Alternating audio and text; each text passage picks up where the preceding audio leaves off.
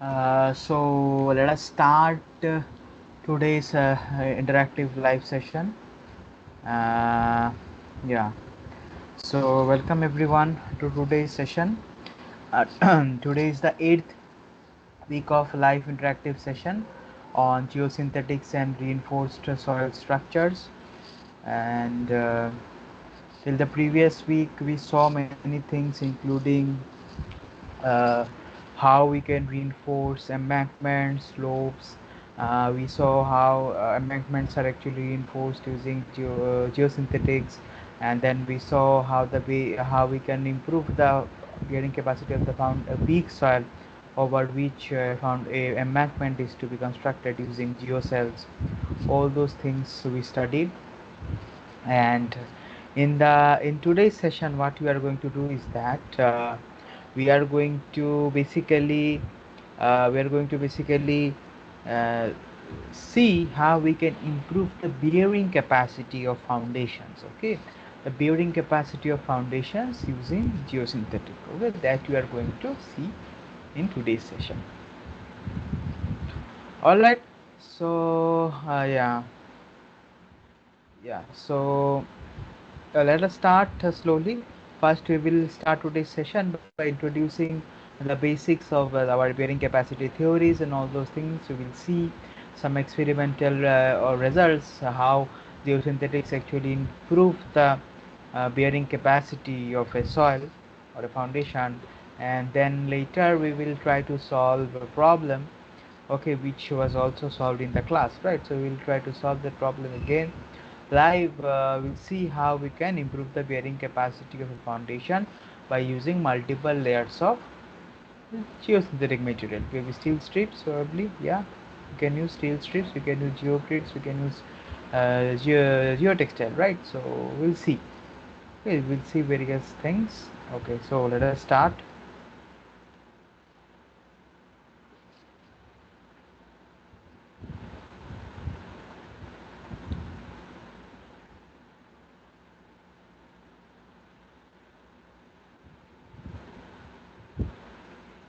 Yeah. So as I was saying,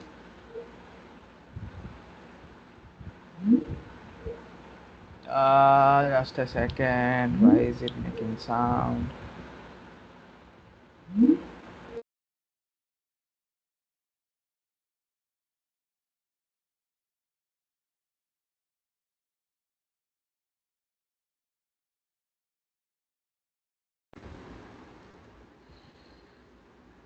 Yeah. So as I was saying, so what is a shallow foundation? Okay, right? You know this already, right? So what is a shallow foundation? A shallow foundation, a shallow foundation is a foundation where the depth to width, okay, the depth to width ratio of the foundation is less than or equal to 1, right? So that is nothing but a shallow foundation. What is shallow foundation? What is depth to the width ratio is less than or equal to 1. Okay, and there how do we actually calculate the footing area? Footing area is nothing but load that is transferred to the soil divided by the allowable bearing pressure, right? Now what are the different types of shallow foundation that we have? So we can have rafts, we can have wall foundations, that is strips, etc. All this, right? So all these things are actually shallow foundation, examples of shallow foundation, right? Now there is some criteria, right? So the pressure transferred to soil should not exceed the safe bearing capacity of the foundation soil. Now this depends on the soil strength parameters. What are the soil strength parameters? Cohesion, friction angle, and also on the depth and the shape effects, right? If you recall from the previous sessions, we have seen that we have used the bearing capacity equation, right, given by Teresa. Again also we have used the one that is given in our IS code, right? So there we have seen that the parameters actually depend on the cohesion, friction angle, and also there are certain effects known as a depth effect and shape effects that we take into consideration using various factors, depth factors and shape factors, right? Okay. Now, the settlement of the structure under the imposed pressure should be within safe limits.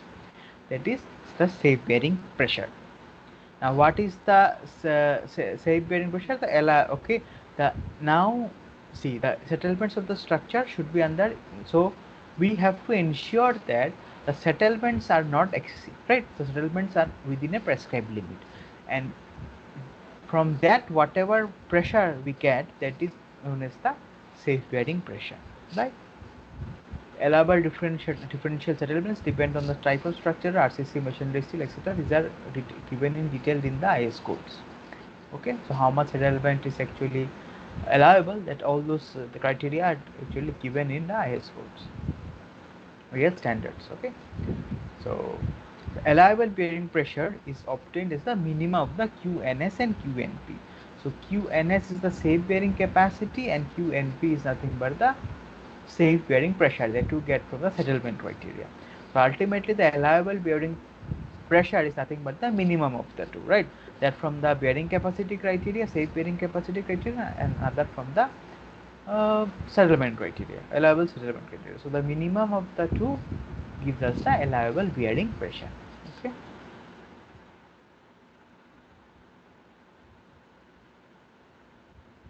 Now, this also we had studied before, right? So there are certain types of failure that we see, right? Types of failure. One is the general shear failure, then is we have the local shear failure, and then we have the uh, punching shear failure, isn't it? Punching shear failure. So general shear failure actually happens when what? When the soil is very strong. It is the dense sand or over consolidated clay. Okay, there is the friction angle generally is very high, more than 36 degrees, and in those cases we have the general shear failure, right?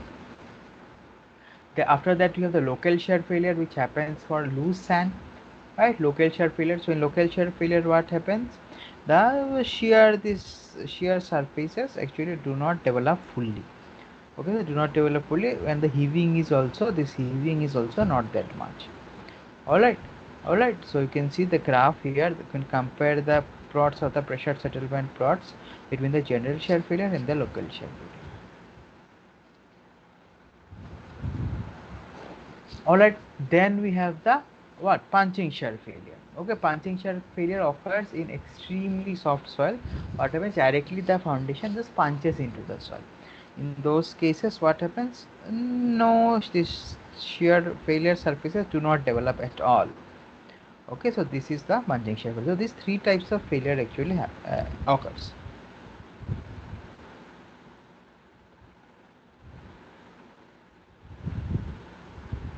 Now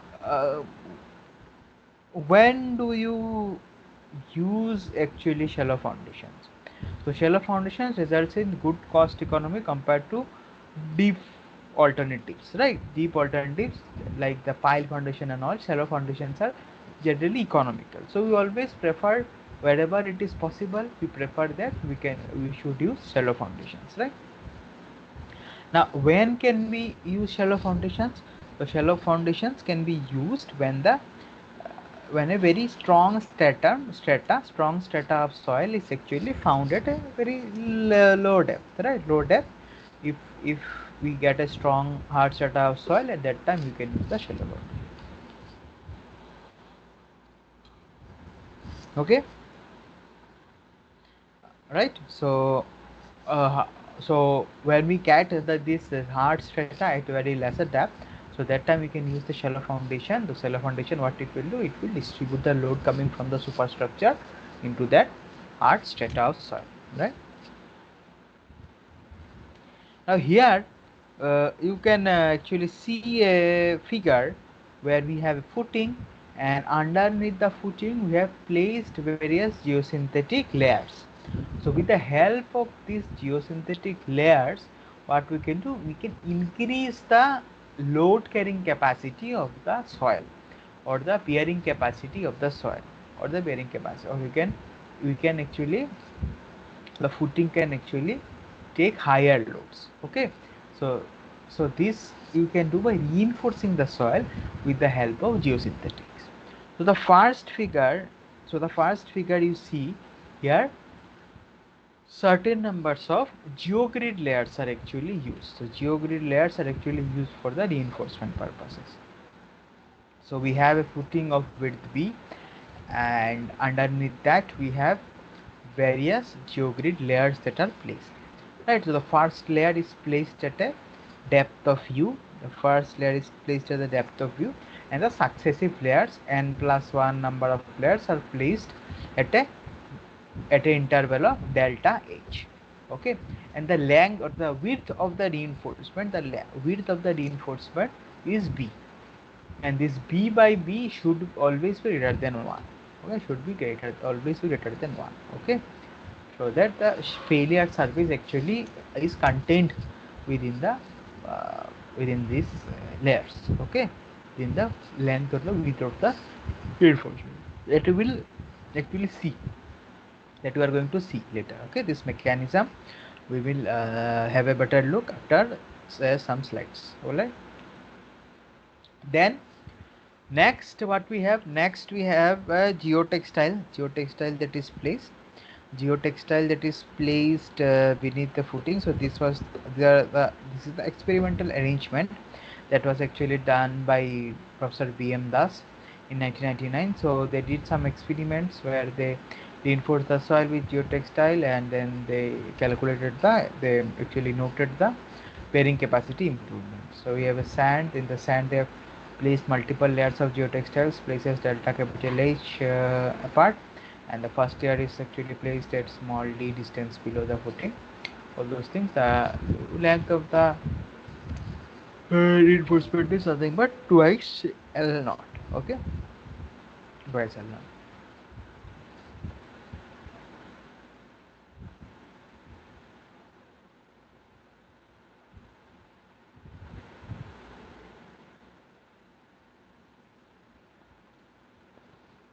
Okay, and the third case that we see, third case is the work published by Huang and Tatsuoka. So they actually use steel strips instead of geogrid and geotextile. What they use, they use certain steel strips. Okay, steel strips to uh, reinforce the soil. Okay, they use certain steel strips to reinforce the soil, and you can see here SR and W. And if you remember coverage ratio, that we had used in the previous during while we solved some problems in the previous class also, right? We use this coverage ratio. So this coverage ratio is given by the total the width of each of the strips divided by the width plus the spacing. So that gives us the coverage ratio in this direction. Alright. Sorry. So uh, yeah, so they use certain steel reinforcement or reinforcement placed at certain intervals apart to increase the bearing capacity of the soil. All right.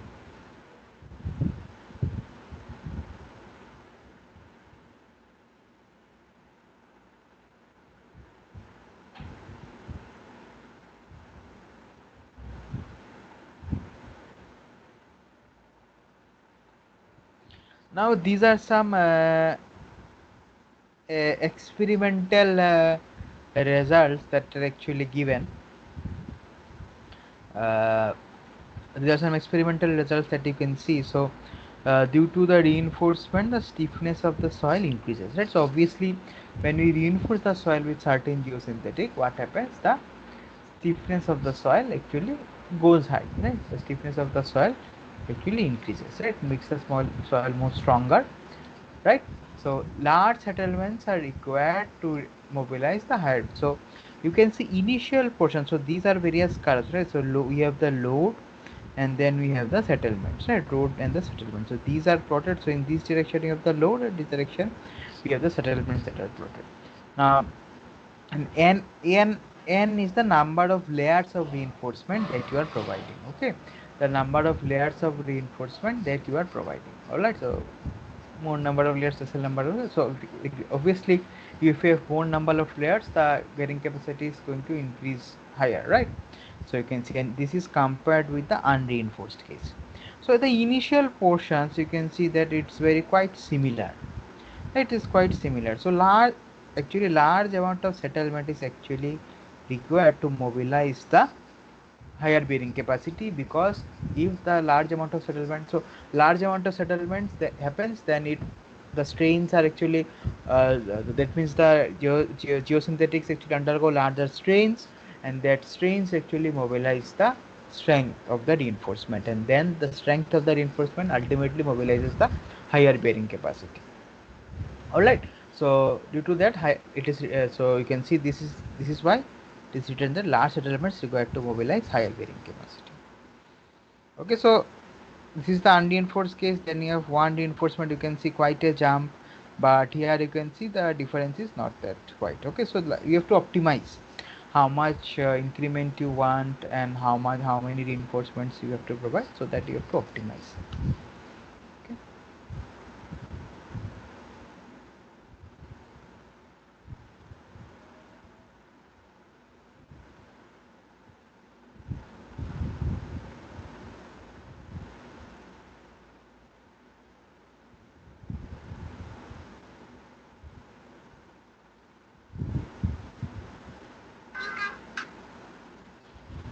Okay, so then we have this geocell. Okay, so apart from geogrids, your geogrids, your geotextile, your steel strips, we can also use geocells to increase the bearing capacity. Okay, so if you remember, we had used in the previous class, we have said we had an embankment, right? And that embankment was founded on very soft soil. Embankment was founded on very soft soil, right? So what we did, we placed some, we place geogrids here, so that we can we can actually increase the, we can bearing capacity of the soil, we can load carrying capacity of the original soil. But similarly, what we can do, we can use GSL matrices to increase the bearing capacity. Okay, bearing capacity, you can see a GSL mattress is actually placed here, so it is depth u below, and the total height is actually h. Okay, this is the sectional view, right? So total height is h, and one layer, like, it has the width of one of the cell is d, the total width of the complete mattress is b. Okay, so these are the varying parameters that you see, and here the mechanism is actually shown. Okay, mechanism actually shown. So what happens is that the observed failure surface below the geocell, this is the geocell mattress that you use, and the failure surface actually actually what happens, so it will start developing from here, and then it will intersect the geocell matrix here. So what happens in this way, it increases the bearing capacity. Okay, it increases the bearing capacity, because the geocell, it won't allow much deflection in much strain in this direction, it will restrict the movements, and that's how it is going to increase the bearing capacity.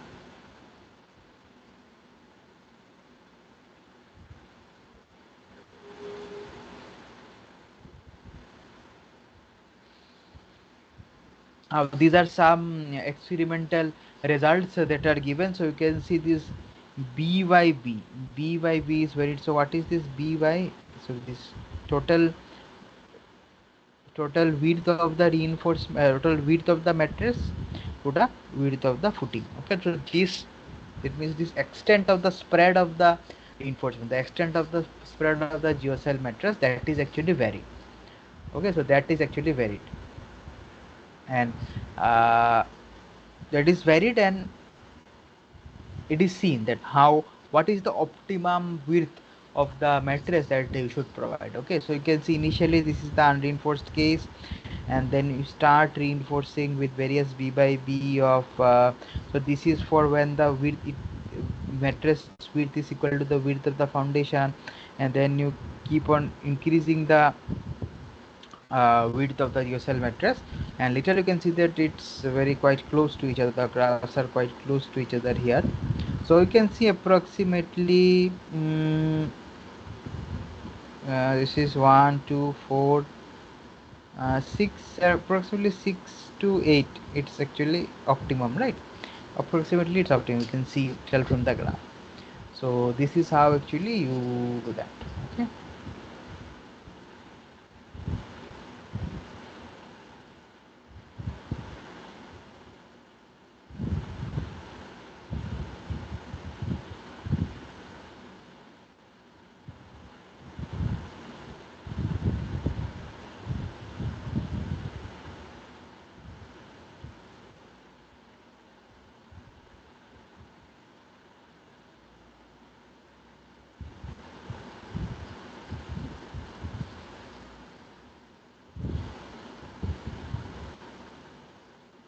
Okay, so various studies were done by very many researchers along the years. So here some of those are summarized. So many researchers actually used many various kinds of reinforcements. So you can see here one of the most famous studies is that by the Vinket and Lee 1975. You can see they used aluminum foil strips, and they actually have found out the optimum number of reinforcement that we should use to get the maximum benefit, right? So cost benefit ratio that we have to analyze. Okay, so how much improvement you are getting? So for that, how much geotext geosynthetic you are putting, and what is the cost of the geosynthetic, that you have to balance. Everything you have to balance, right? So this cost and the benefit you have to balance. So that is actually those were actually studied by various researchers, and you can see Pinkerton gave that the U by B is the initial depth, the first step. U by B should be approximately 0.33, and then the spacing also, subsequent spacing should also be around 0.33. That is the optimum. Uh, that is two thirds, 0.33, right? One third, right? One third.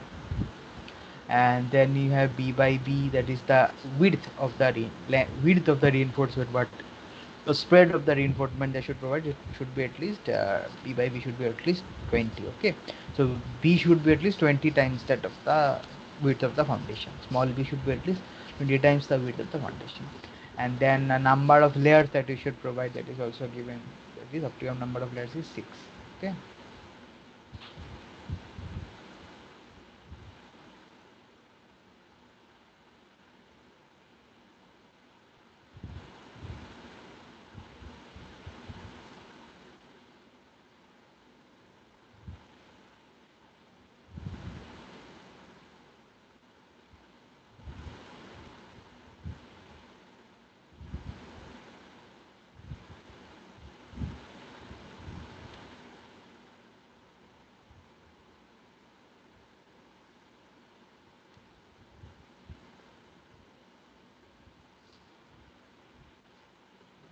Now, there are certain terms that we generally tend to use when we study this improvement. Okay, study the uh, improvement in bearing capacity when we use certain when we use certain geosynthetic. Okay, so these are some basic terms that we always keep on using, and this we will see we always keep on encountering. So it's better that we define that beforehand.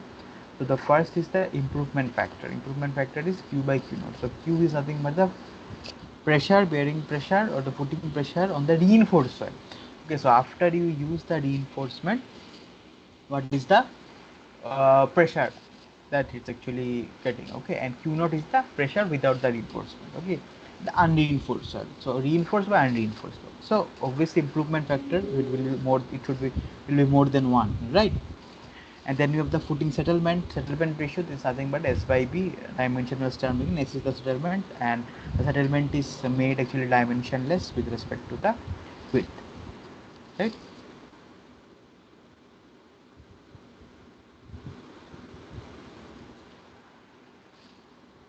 Now these are certain experimental results that were actually given. So this so in the first we see that we have uh, what we have a biaxial geogrid, and then we have some other uh, reinforcement that is used. In that case, you can see the difference. So as the footing settlement increases, you can see the improvement factor. Okay, so as the footing settlement increase, so obviously the bearing pressure also, footing bearing pressure also starts increasing, right? So that's how we see this. Okay.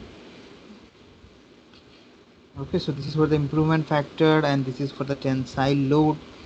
Okay, so tensile load, so obviously you can see the tensile load of this biaxial geogrid is high, right? So that's why you can see it is also giving a higher what to say.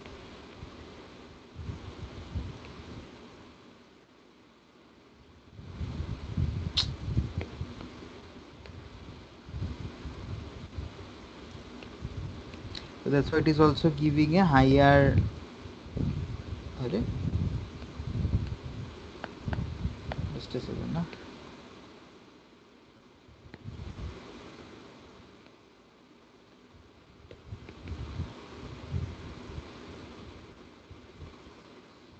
So that it is giving a higher strength here. Okay, and then yeah, so the strength of the biaxial geogrid, this one is higher, so obviously it is giving a higher improvement factor.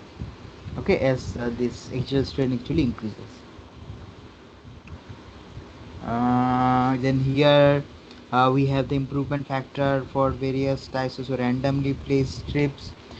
We have planar reinforcement, then we have geocell sprays. Okay, so all these things we can see how the improvement is happening as we increase the settlement. Okay.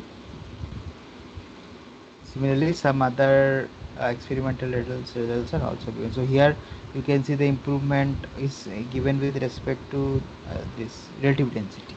Okay, relative density.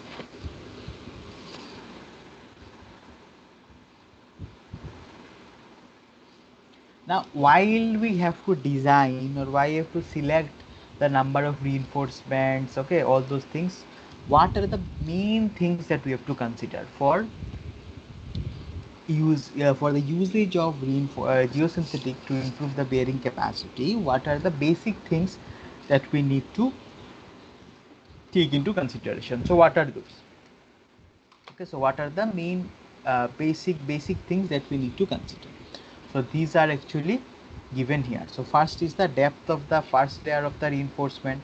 Okay, so depth of the first layer of the reinforcement is the u, right? The u. So this is the footing ground level. So the first layer, what is supposed this depth.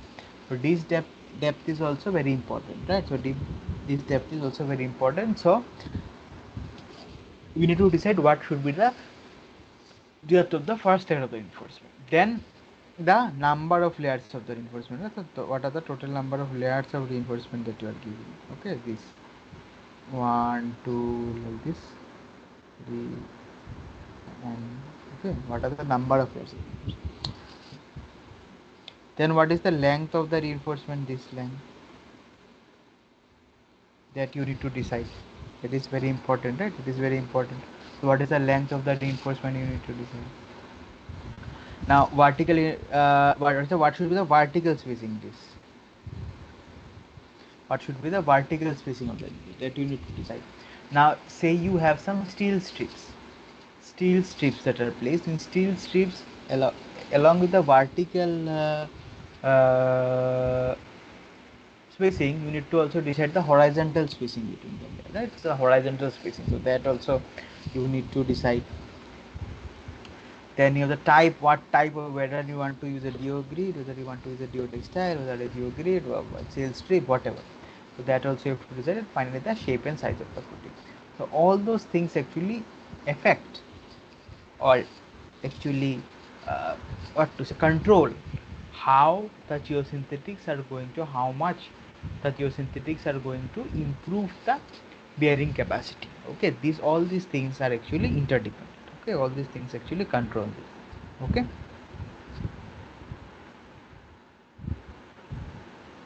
Just give me 1 second, then we will discuss this possible modes of failure. All right.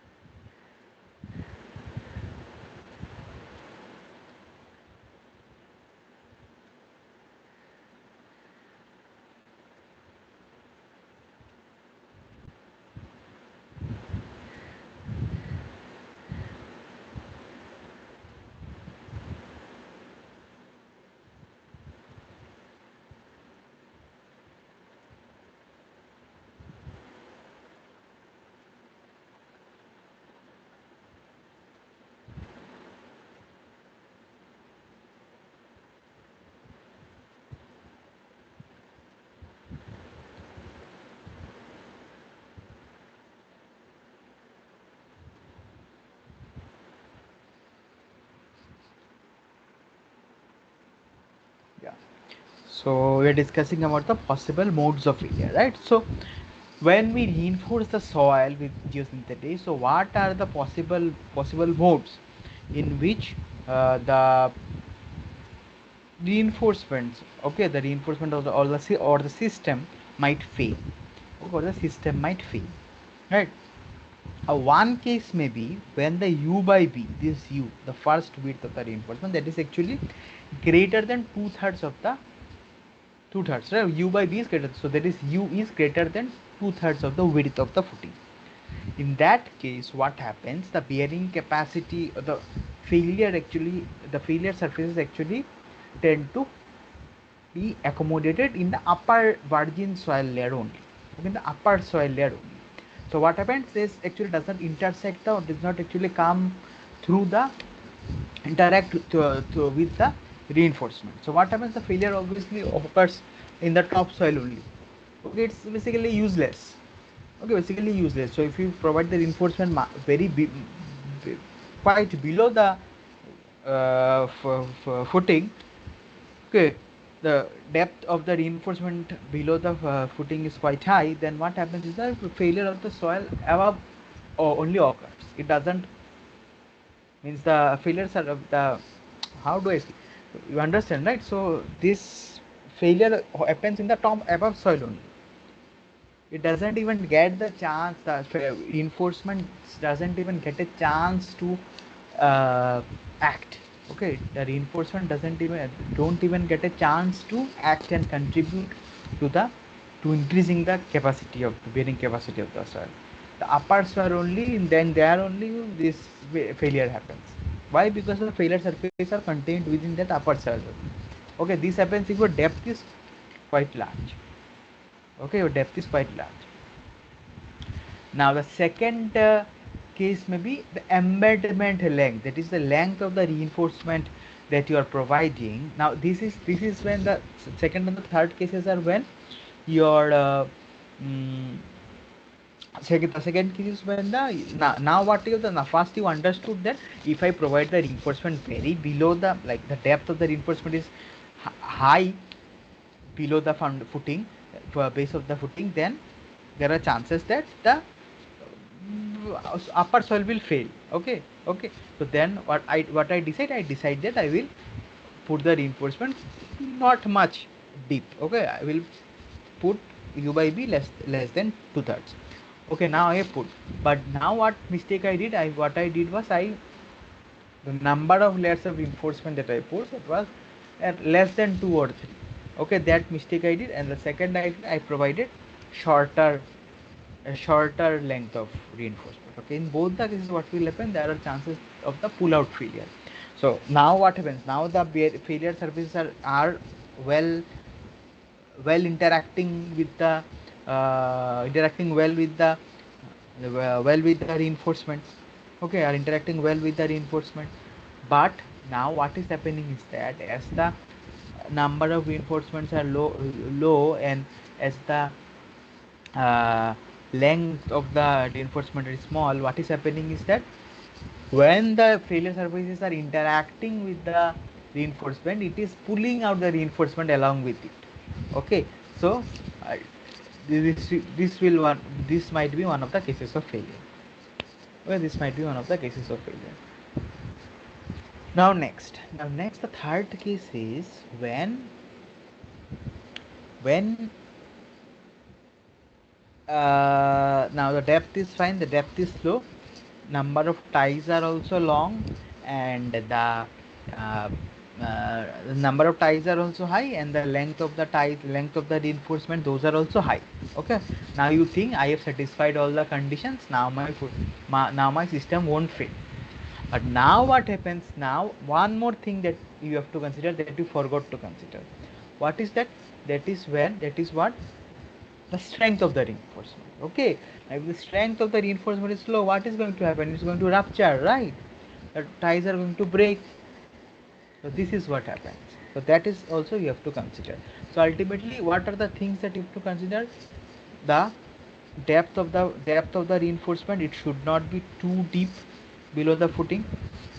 Second is the length length of the reinforcement, or the length of the ties, that should not be short, it should be long enough. The number of reinforcement should be high. Okay, this is the third, number of reinforcement should be high.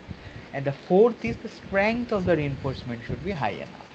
Okay, so all these four criteria you have to satisfy so that you can avoid the failure.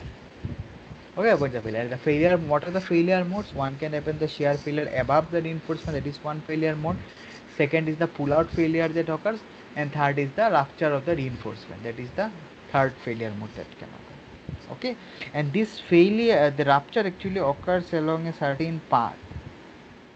What path? This path you will see that in the subsequent slides. Okay.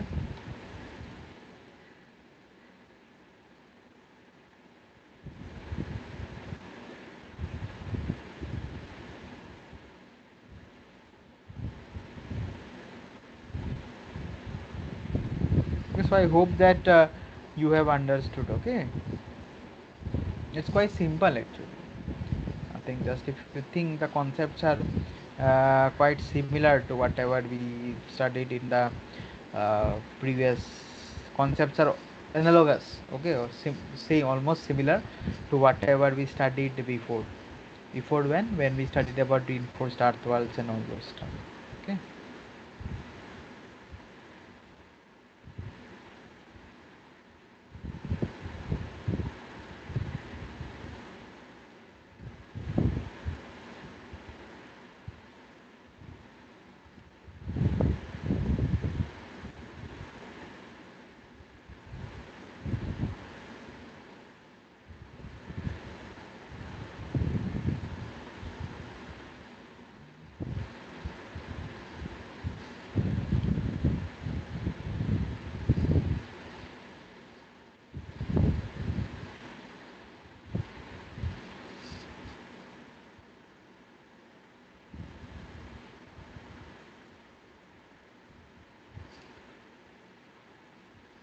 Now there are certain guidelines that if you follow these guidelines, your design will be fine, well enough. Okay, it won't fail. So what are those guidelines? Let us see. What are those guidelines? Depth of the first layer of the reinforcement U is in the range 0.25 b to 0.5 b, where b is the width. Okay, the first depth, that is the U, that is in the range of 0.25 b to 0.5 c. Okay,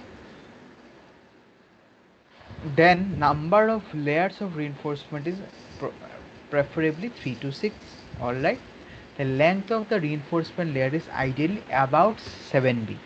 More than 7b does not become economical. Okay, so generally you should keep it around 7b. Then we have generally uniform spacing varies from 0.1b to 0.4b. The spacing of the reinforcement layer that generally varies between 0.1 times of the width of the footing to 0.4 times the width of the footing. Okay, and finally, as I said, the last criteria always that you should remember is that the reinforcement should have sufficient tensile strength. If the reinforcement doesn't have sufficient tensile strength, what is going to happen? We might have rupture of the reinforcement. Okay, so that is one possible case.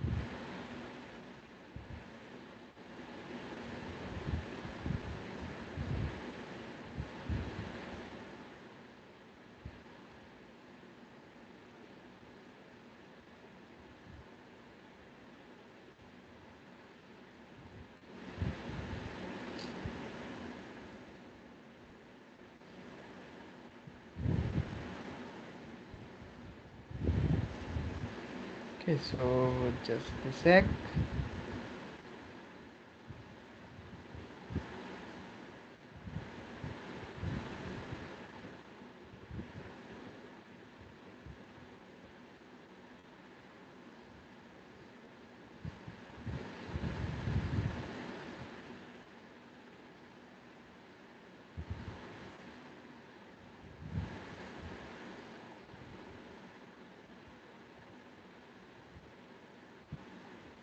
Yeah.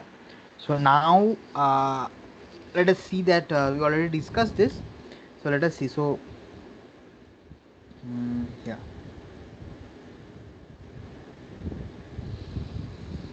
So theoretical analysis of reinforced foundation as per Pinkett and Lee 1975 ANV. So Pinkett and Lee actually gave these mechanisms. Okay, whatever we discussed. Okay, whatever the mechanisms we discussed just now, these were actually given by Pinkett and Lee. Now, mm, uh, if you remember,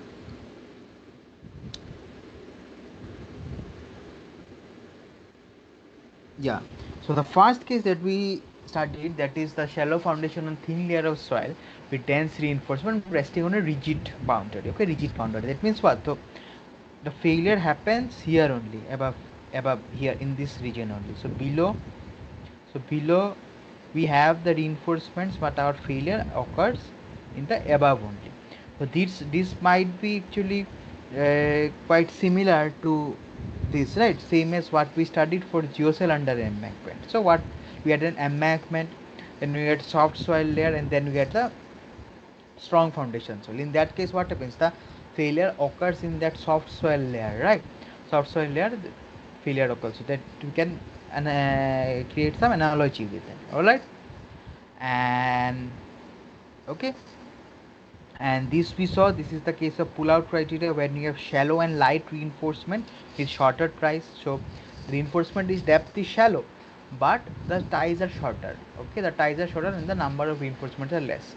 In that case, what happens? There is a pull out failure, the chances of pull out failure. And in the third case is nothing but the case of the rupture failure. So you have shallow long ties but and heavily reinforced, but the strength of the ties are actually less. So we need to ensure that we provide the ties of optimum strength. All right. So as load increases, the failure propagates from the upper layers to lower layers with rupture occurring, and thus progressively failure continues. So from the at the first this one will rupture, then this one, like this the rupture is going to continue downwards. Okay, the rupture is going to continue downwards. And this rupture actually occurs at some specific points. So what are those points? We will see that after some slides. Okay, after some slides we are going to see that what are those points where the ruptures occur. Now let us see the results by the by Pinkett and Lee. So you can see uh, this is the case where we have a footing that is placed, and then we have the U, that is the layer of the reinforcements are placed at the depth of U, right? So as the depth ratio actually as the depth ratio, see this depth ratio is plotted this way, right?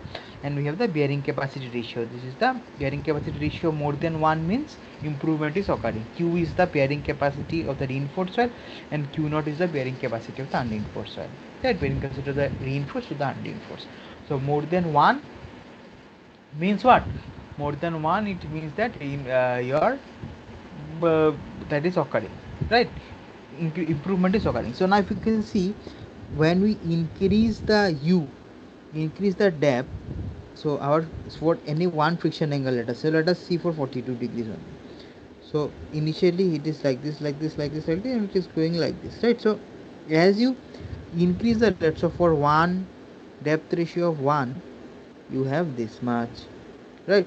For depth ratio this much, you have this much, approximately 3. So as you increase the depth ratio, what is happening? Asymptotically or uh, exponentially it is the bearing capacity ratio is reducing, and in this direction, if you reduce the depth, this bearing capacity ratio actually becomes almost asymptotic. Okay, almost become asymptotic. Okay, so that you can see here, right? So as we increase the depth ratio, the bearing capacity ratio is actually coming down. As we increase the U, this bearing capacity ratio comes down. So this is because of this. Okay, this is because of this reason. All right. So if you keep on further increasing this depth ratio, finally you will get 0, 1 here at this point, and further if you get, it will be yeah, understand, right? It will be 1. Okay, further if you keep on increasing the depth ratio, what will be the bearing capacity? Obviously the soil is going to fail, the upper layer of soil is going to fail. That means the soil is going to have the bearing capacity of the original, the bearing capacity, so bearing capacity of the original soil, right? The bearing capacity is going to be the bearing capacity of original soil, that is the bearing capacity is going to be 1. All right, so if you, as you increase the depth, what even the bearing capacity ratio is actually coming down. All right.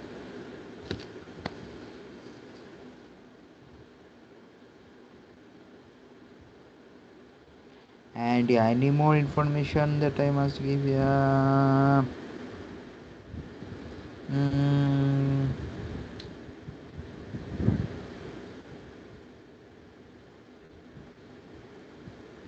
no, actually, no, that is fine. And then one more point is given here.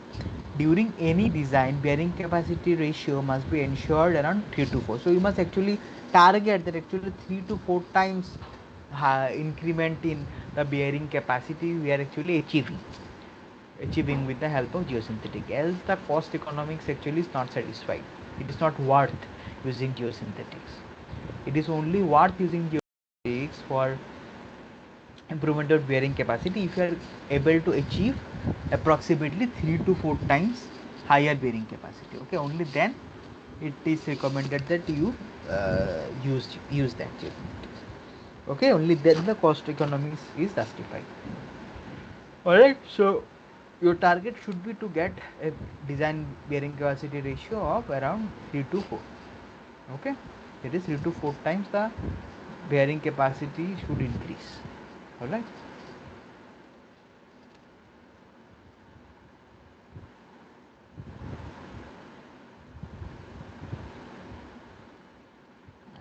This we already saw. Bearing capacity improvement is expressed in terms of the bearing capacity ratio is nothing but Q by Q naught. Q is the footing pressure on reinforced foundation, and Q naught is the footing pressure on unreinforced foundation, both measured at the same settlement. Okay, so like this you will have, right? So you will have the Q here, and you will have the settlement here. Okay, so for unreinforced it will be something like this, and then reinforced it will be something like this.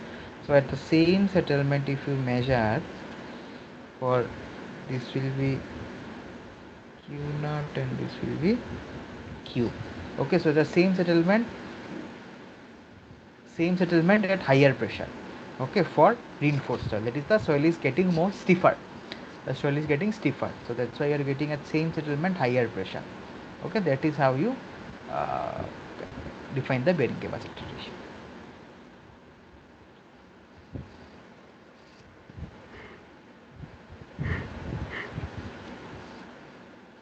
Okay.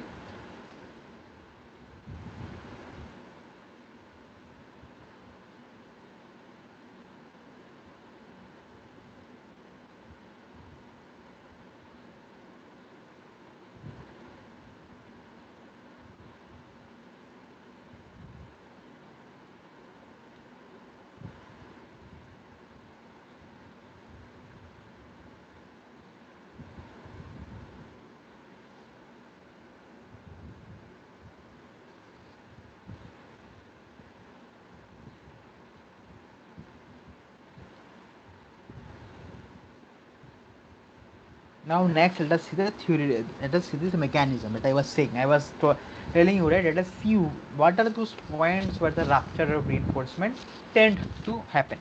Let's see what are. Now it is clear, right? So this is the footing.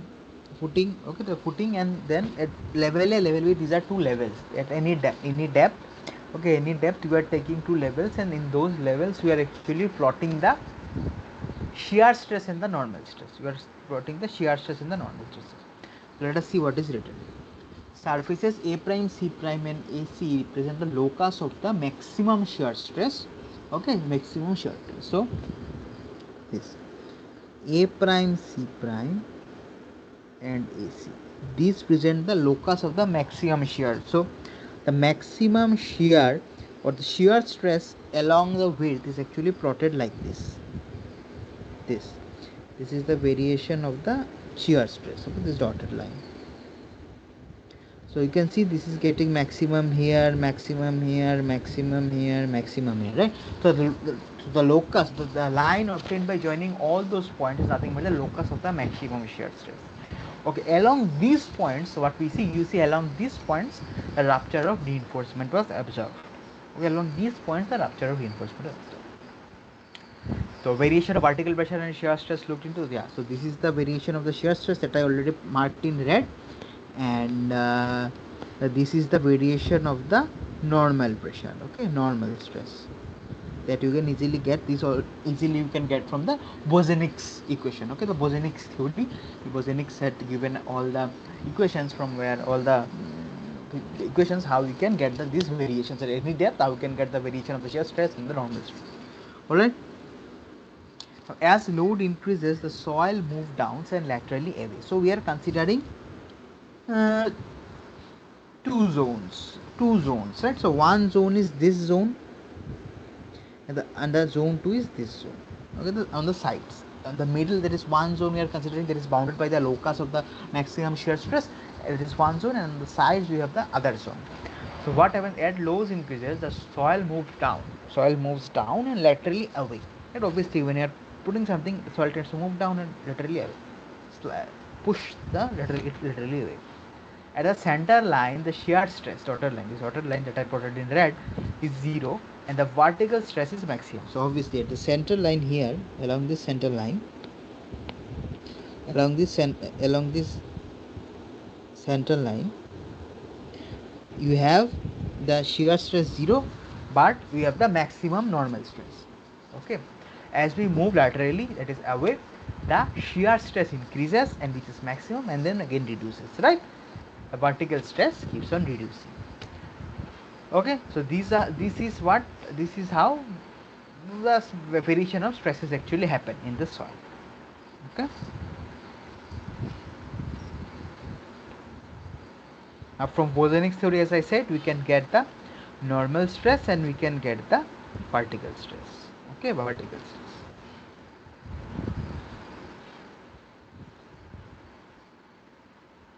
Now this is also very important. We will see why in the this. So from Bosenick's theory, we can get the variation of the normal stress and the shear stress, right? Now again, we can at any depth z, at any depth z below the footing, at any depth z below the footing, okay, so at any depth z below the footing, we can get the distance x naught at which the shear stress is maximum. Okay, shear stress is maximum here, so we can get this x naught, right? We can get this x naught. Similarly, at that depth z, at that depth z below the footing, we can also get the distance L naught, where my normal stress is 1% of the oncoming pressure that is acting on the footing, right? That also we can get, that I am calling it L naught. Okay, so that you can easily calculate this x naught and L naught. They have given one plot here. Okay, so with depth we can easily calculate the x naught and L naught in terms of ratio, dimensionless parameters, x naught by b or L naught by b, that we can calculate from these two graphs. Okay, why it is important? It is important because we'll see how later. Okay, these x naught, L naught, everything is important.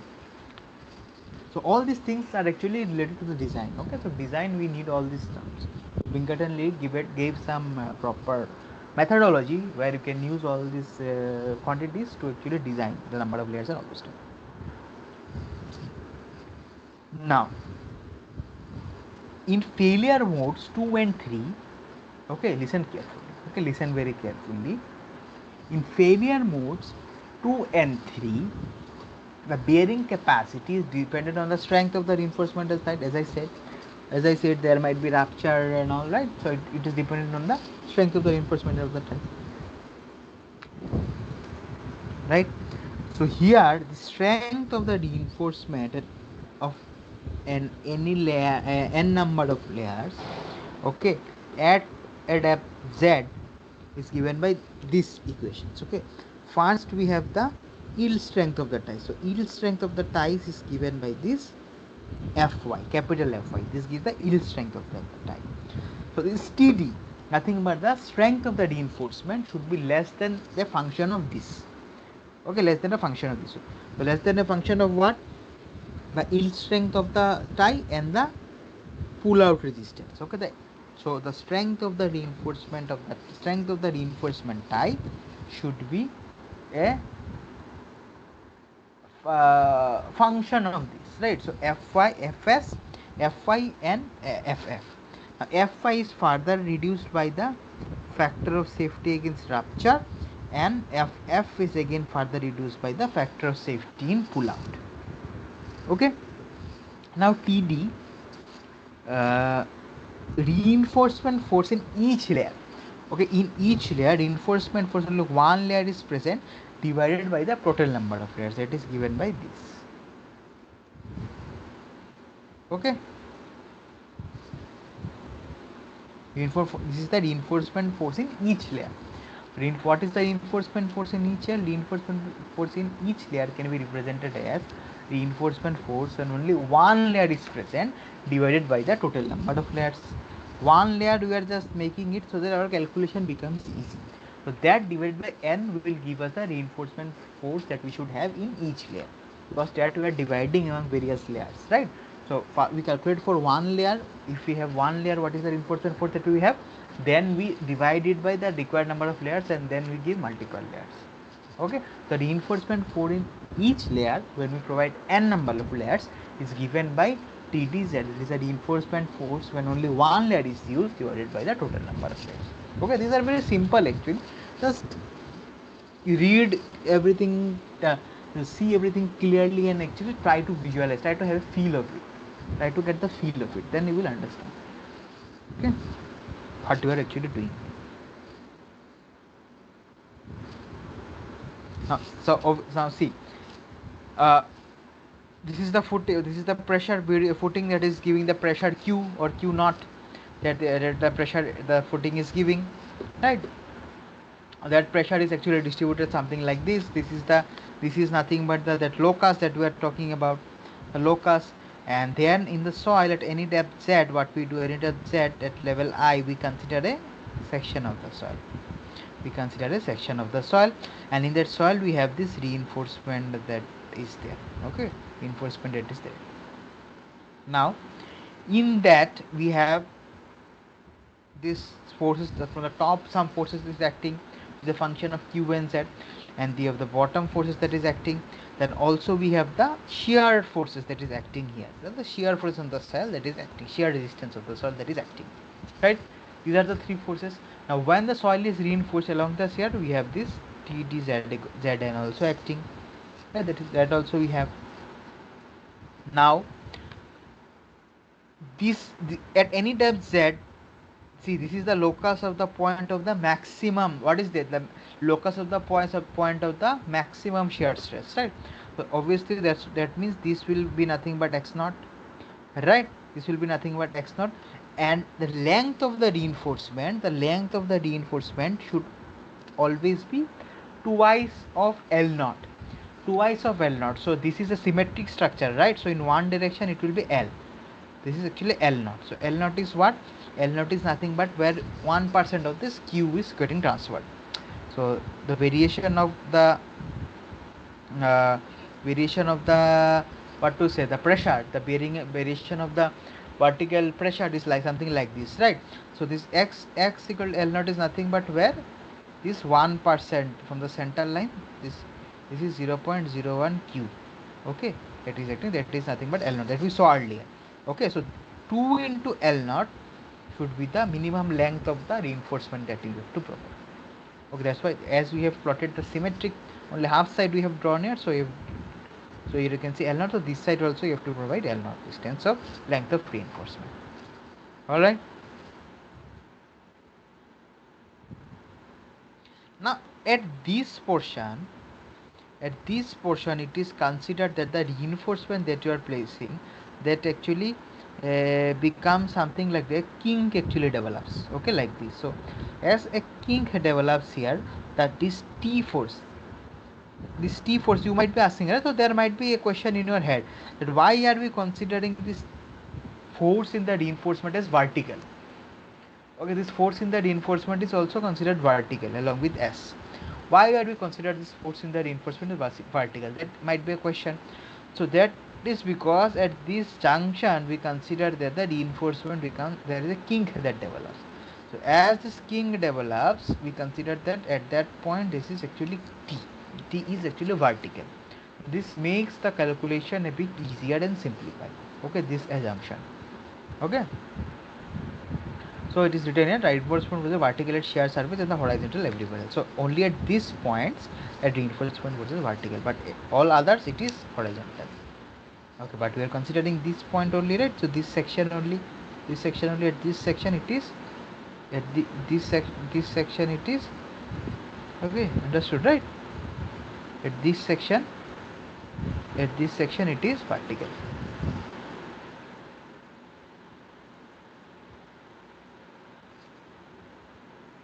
So now if you write the equilibrium equations, when for unreinforced case you can write this, right? So TD is absent. Then for the reinforced case we will have this TD obviously. Now the force developed in the soil at the bottom of the top surface, that is actually same in both the unreinforced and reinforced case. That force we can consider same, so it is equivalent. So now if we equate all these things, you will get this equation, right? We are able to get this equation.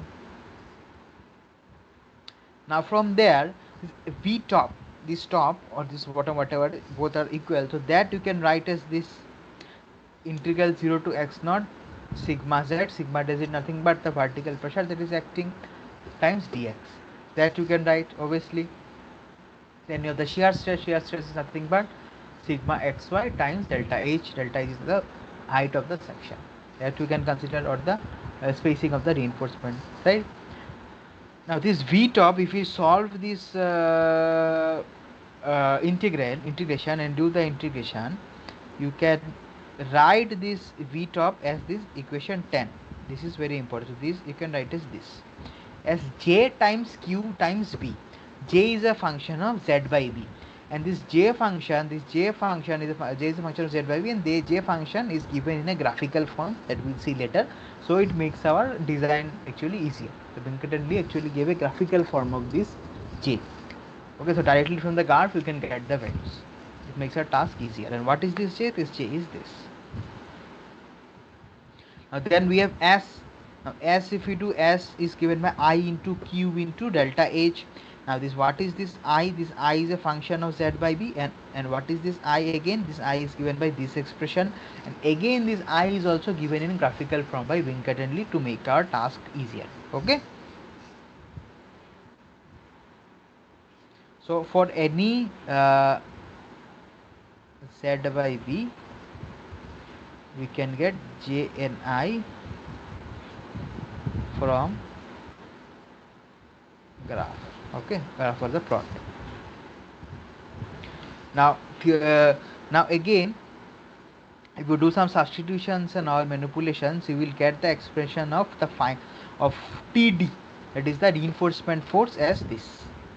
Reinforcement force is this. So we are dividing it by 1 by n. That means what?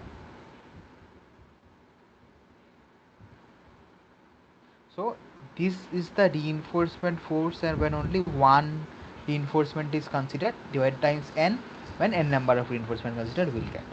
Okay, so this is very important. Now here we can see one more thing that we know, that is the tie break or yield resistance. Okay, yield resistance, that is Fy. This Fy is given by W into Nr times T into Fy by Fsy, where W is the width of a single tie, T is the thickness of the tie, is the steel strips that are using the thickness of that.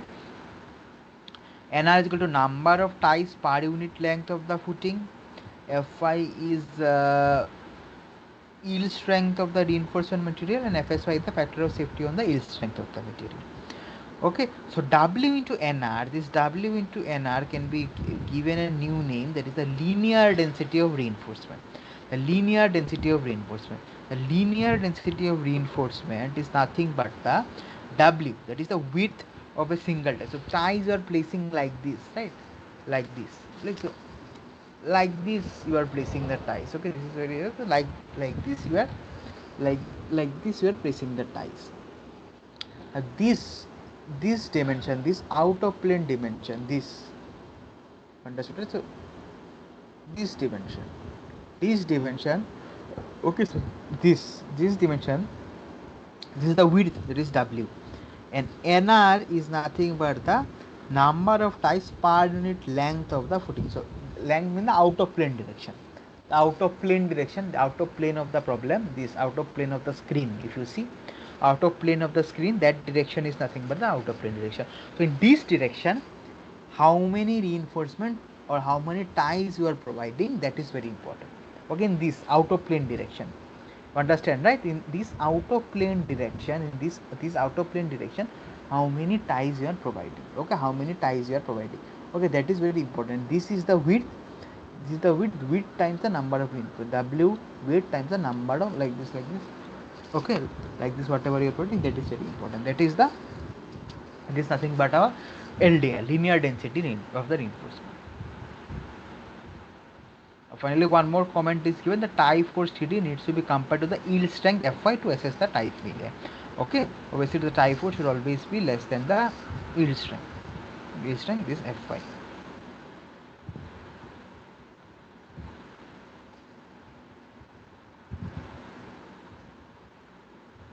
Okay, so next we have the pull out. Okay, the pull out criteria that we have to check. Okay, the pull out criteria that we have to check. So for that, the pull out frictional resistance Ff requires the evaluation of the total vertical normal force Fp on the length of the reinforcement beyond the shear rupture. Okay, so before also we, if you remember, in case of the retaining wall, when we reinforced earth, reinforced earth walls, we designed reinforced earth walls, there we had given the embedment length. The embedment length is beyond the active failure, that failure surface. Okay, that is the embedment. Similarly, this, when we calculate this pull out frictional resistance, the total vertical normal force on the length of the reinforcement beyond the rupture plane, that we have to calculate. Rupture, that is given by this. Okay, this equation. What is L0? L0 is the distance from the center line to the which is the 1% of the applied pressure that we already discussed. Okay, so finally the FV vertical, that pressure is given by LDR times B times M times Q. So what is other quantities you already know? What are these? What is this M? This M is again a function of Z by V, that again we can get graphically. So this is the M, and this actually is again given graphically by Venkatenli to make our task easier.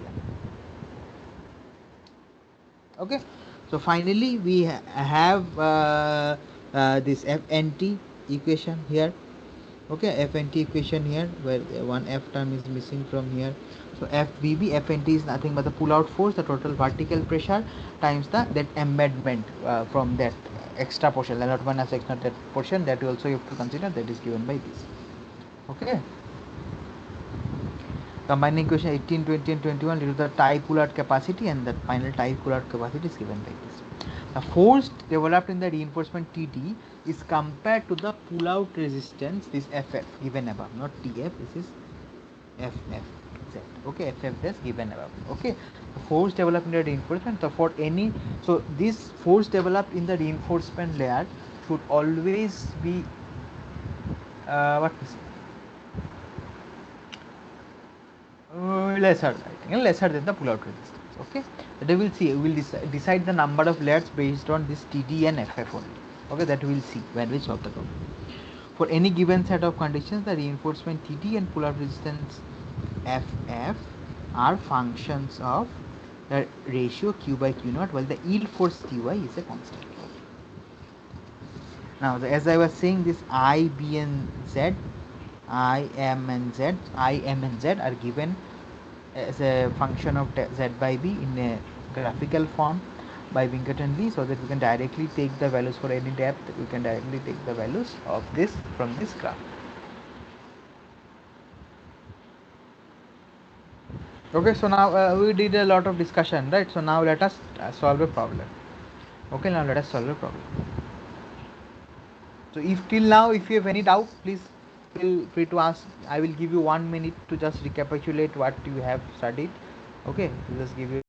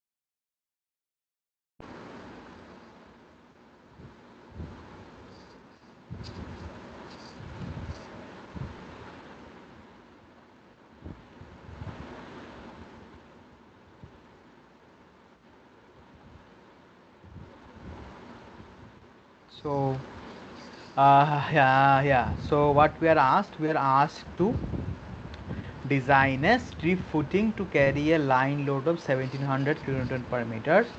The data for the design is as follows. Soil parameters c equal to 0, 5035 degrees, gamma 17, yes is 30,000, mu is 0.35.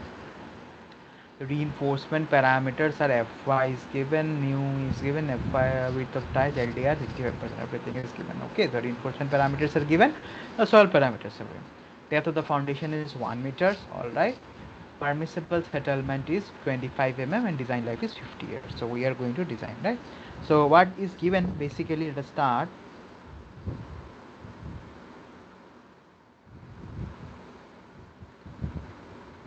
is 1 meter, alright. So now from here you have, let us take US 0.5 meter. Okay, and let us take US 0.5 meter, delta is the spacing of the reinforcement as 0.5 meter, and let us take number of letters size. So this is the basic assumption. Okay, this is the trial assumption that we are doing, and then we will solve. If you see, we're going to check if the vector safety whether we are getting it is optimum or not. Alright, so this is the basic initial first assumption that we are doing, taking for the design problem. Alright, so in design we have to do like trial and error, a little bit of trial and error. So we have taken these things, and then after doing the calculations we will see whether the factor of safety that we are getting is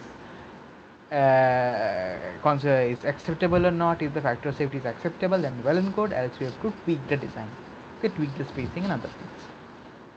Okay, so we have u by b is nothing but 0.551, 0.5, which is less than 2 by 3. Okay, so which is okay. Okay, then we have w times nr, we have, it is nothing but the ldr, right? Now nr is nothing but w by ldr.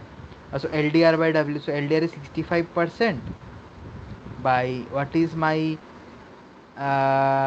w width of the reinforcement, width of tie 75 mm.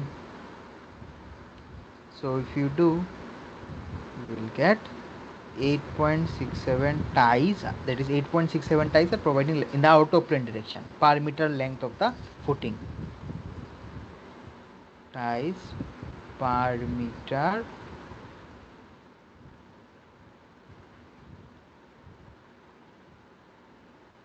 footing.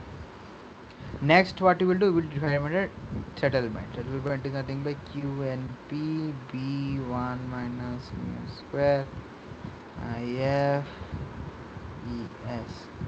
So settlement, prescribed settlement is given 25 mm. So Q and P we can find from here, right? B we know, 1 minus, let us take 0.35, which we can take 2 by 30,000 into 10 cube.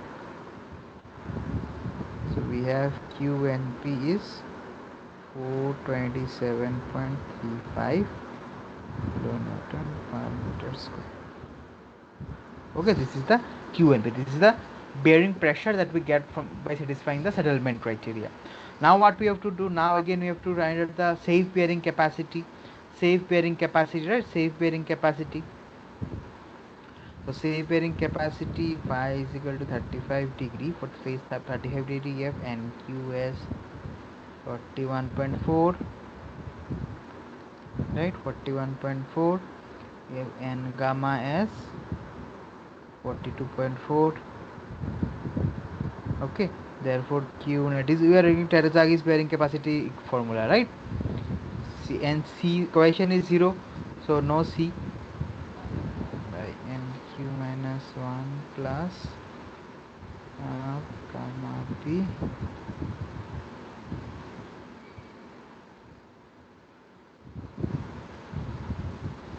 and 17 into 1 into 41.4 minus 1 plus half times 17 times 1 into 42.4. It is 1047.2.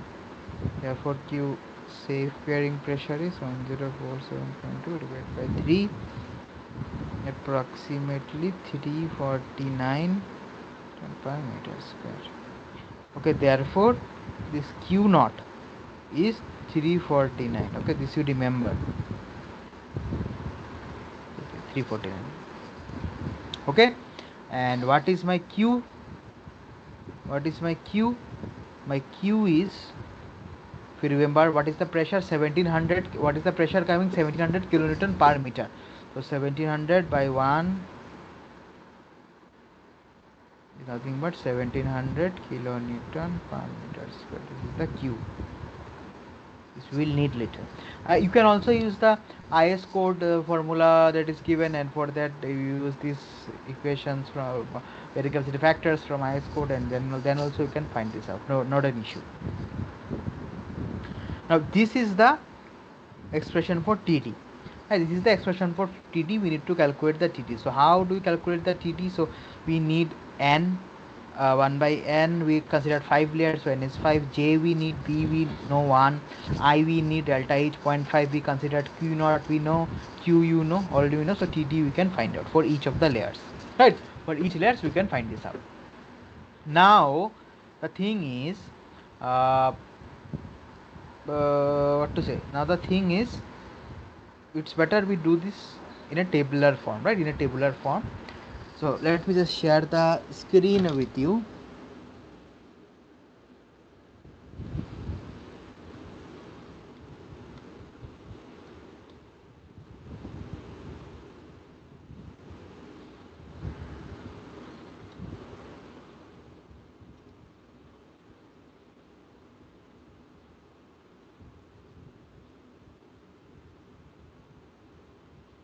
Yeah, so it's visible, right?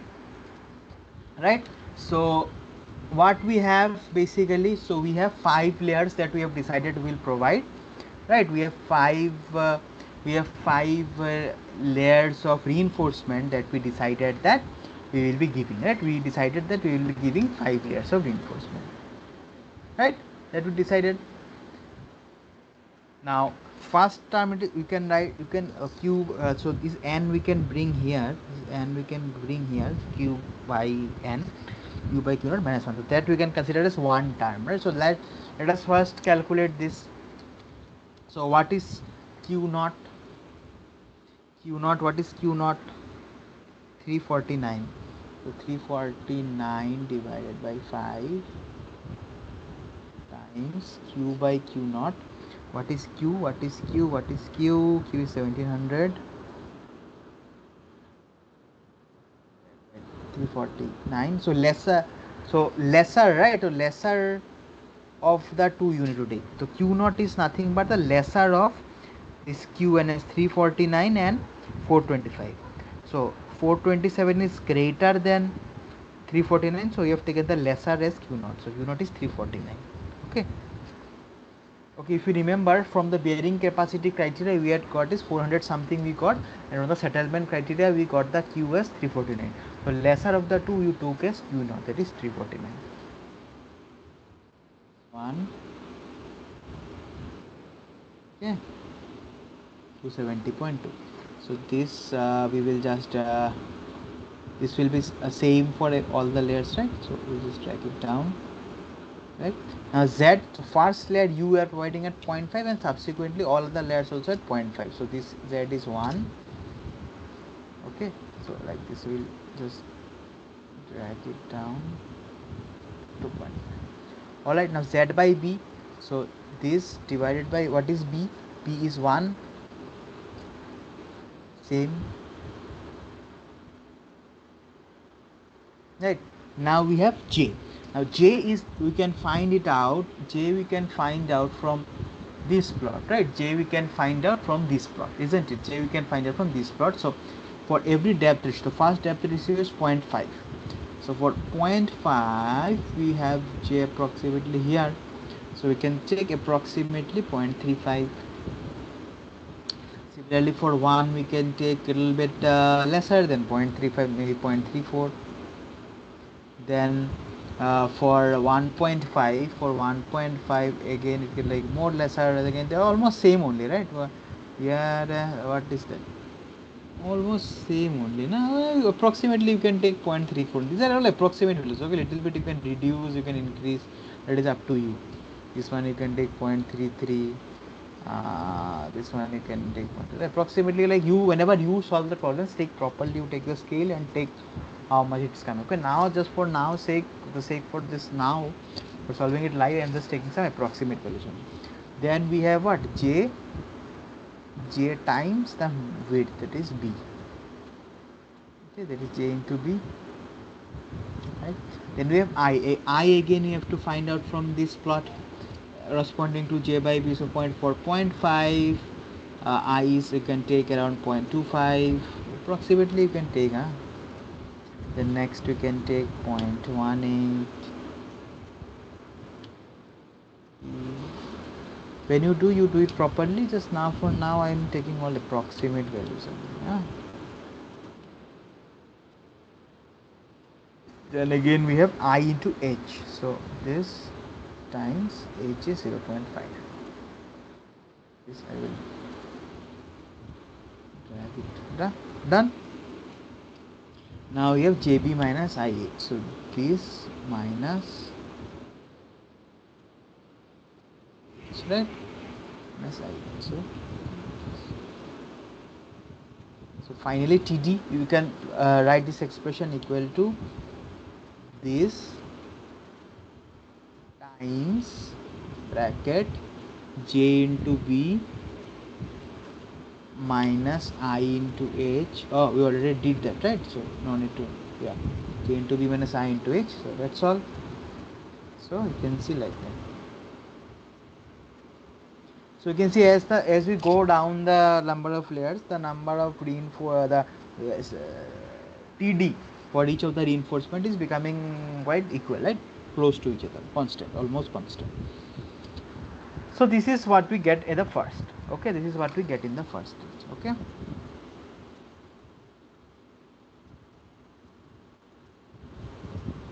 So it doesn't look good in this font. I will change it to.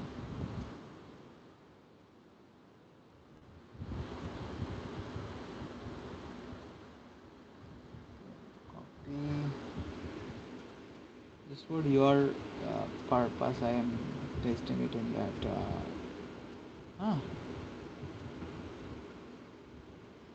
Straight to paste.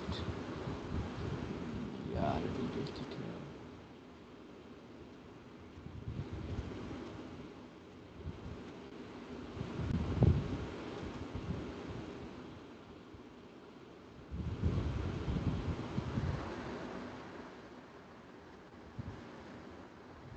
Okay, so next what we have?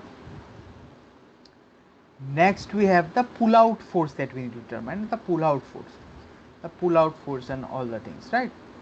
Let us see.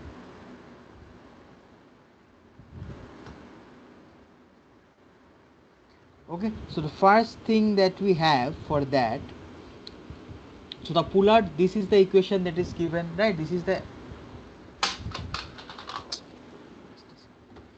stopped it. Yeah, so this is the equation that is given for that force. So here we have various terms, right? So 2F LDR, then all other terms, right? So what is F? F is nothing but tan into mu.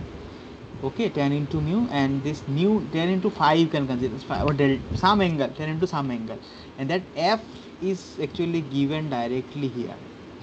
Okay, directly in the question, I think it's given something. Check.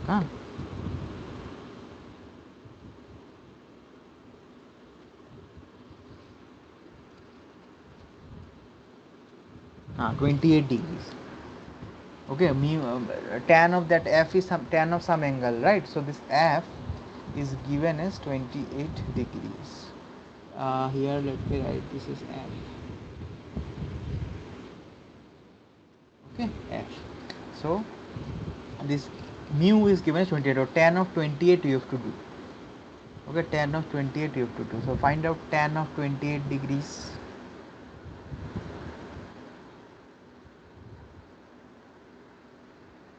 Okay, 0.5317. Okay, so let us write this. Okay, so 2 times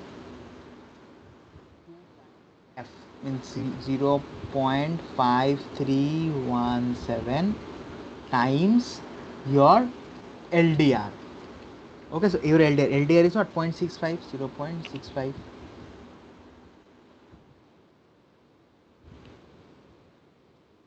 Just a second. Yeah. So you get this. Alright, next we have the Z. For layer 1, what is the Z? Same 0.5. We have the Z as 0.5. Then the Z by B is also nothing but same, is equal to this by 1 by B. Then we need to find the M again for Z by B. For various Z by B, we have various M value from this graph. You need to find out, right? So for 0.5, you can get some value like that. Okay, so I will just what I will do.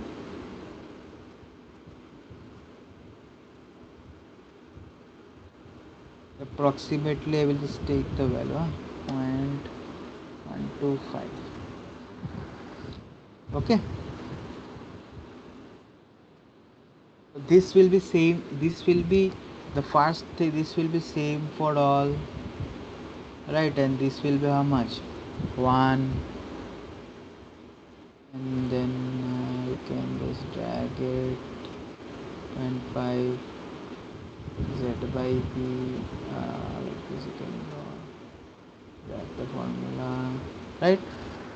Then M is 0.125. For the next one we can take approximately 0.14, then 0.15, then 0.15,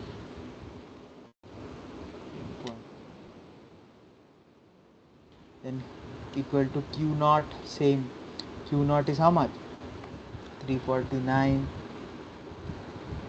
into Q by Q. So Q naught cancel, so it is nothing but Q, nothing but 1700. Okay, 1700 this term. Then you have M times B times this. Okay, so we have this coming up here. Okay, next you have L naught by B. Now L naught by B and all these two, L naught by B and X naught by B, we can find out from this plot, right? For various Z by B, you can get L naught by B, X naught by B. So I will just write it down. So I already had calculated, find this out here. So I will just copy and paste this so that it can be a little faster.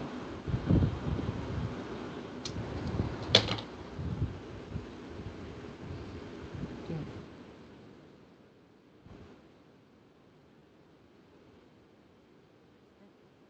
L naught by B, X naught by B, we found out. Then what we have? Then we have L minus X. So B is 1. So no issues with that. So directly we can minus, right? So finally what we are doing here, we are doing actually what we are doing, this is times B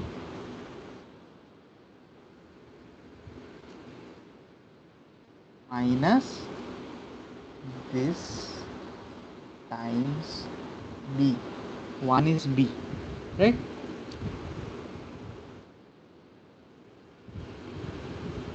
This we got. What I did, man. Aha. Sorry. Okay, L naught I have made an extra. I forgot that. L naught is what? This times B. Same, X naught is what? This times B. So this. So now you do L naught minus L minus. Sorry. This. Yeah. Done. Now Z plus D.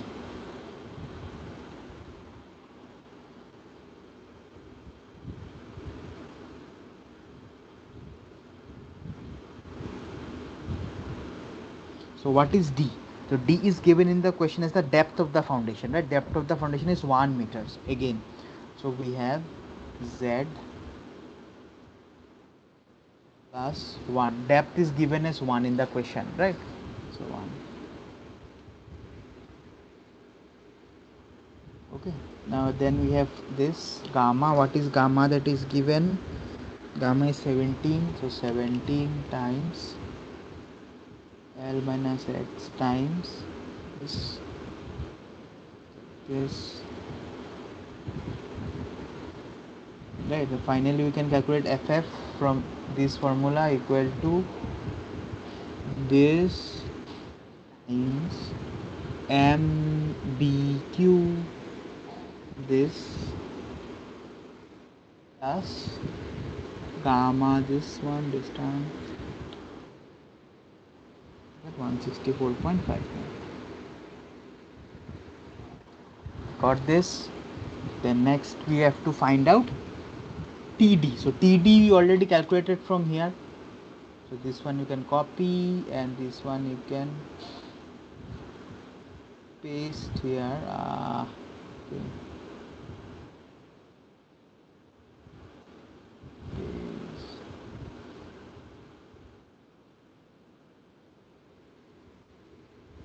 Paste. Okay. We found out, and then the FSF, the factor of safety that we can find out by FF divided by TD.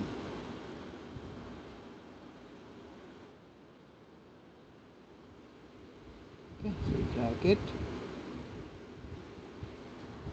Right, so minimum we should have greater than 2.5. So here we are having 2.7, so that is fine. 0.7, so that is fine. So we should have at least greater than 2.5. So all of these are greater than 2.5, so it's satisfied. Satisfies, right?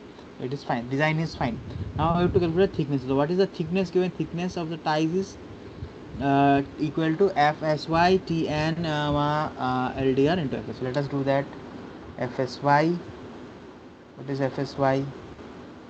FSY is given, right? 2.5 into 10 to the power 5 kPa. 0.5 E5 times Tn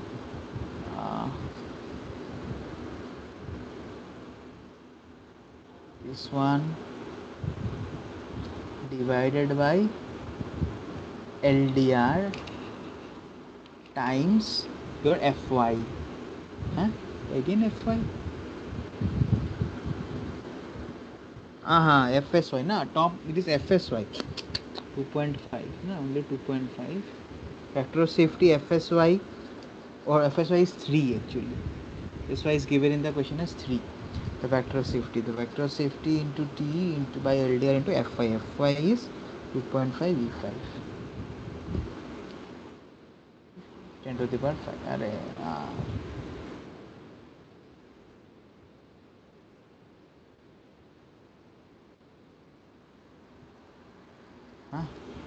I did some this one unit mistake, na.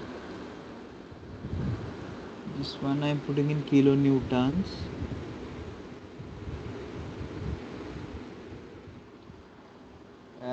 Kilonewton, and Newton I am putting kilonewton, right? So this one times 1000 will give me in mm, right? This is in mm. So we'll drag it down. The final thickness, what we need to do, we need to add for 50 years service life, right? So 1.8, we need to increase this by 2.7. This plus 2.7. This will be done.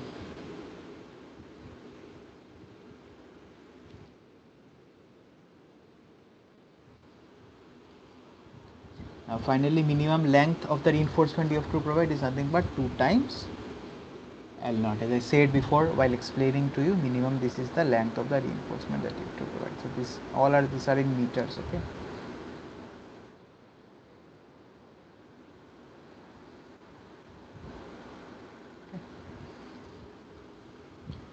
This basically completes the design. Okay, this basically completes the design.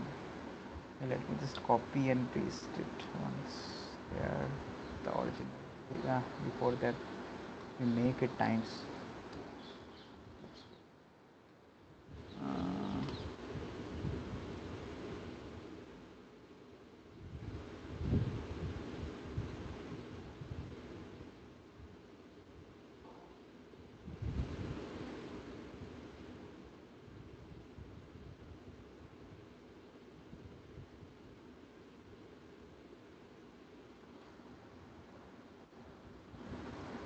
okay, now next thing that I have to do is let us see if the b is different. Okay, if b is different, then what will be the case? If b is different, then what will be the case? So let me stop this share and we will share again from my this place, huh?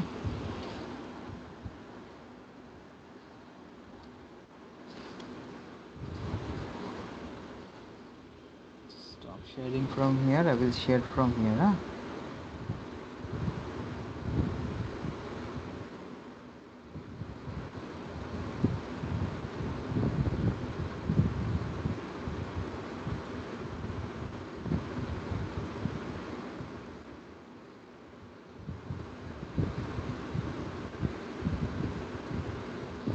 So this much we did, right? Now next, if say if if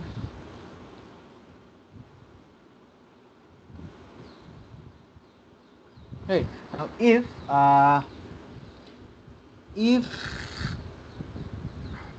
my width of footing is 2 meters now.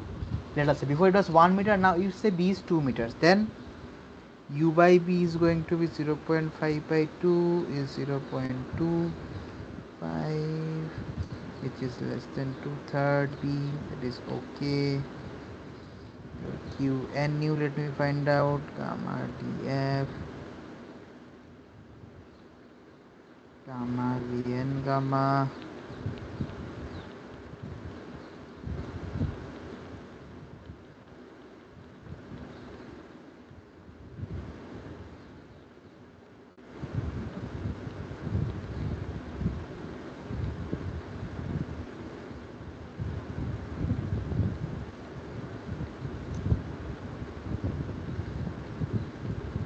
kp. Okay, then from the settlement criteria again,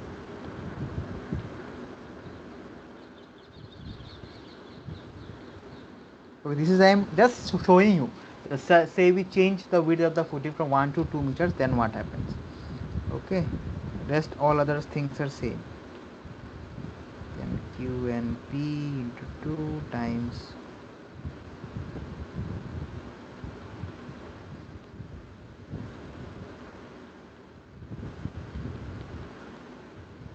3, from here we get q and p as 213.68.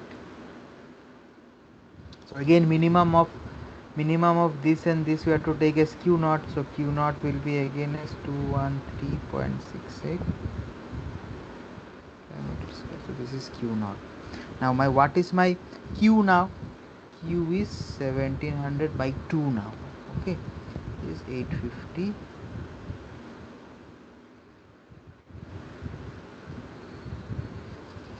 Okay, now let us see. Now let us see what happens. Okay, now let us see. I will just stop again. Share from here.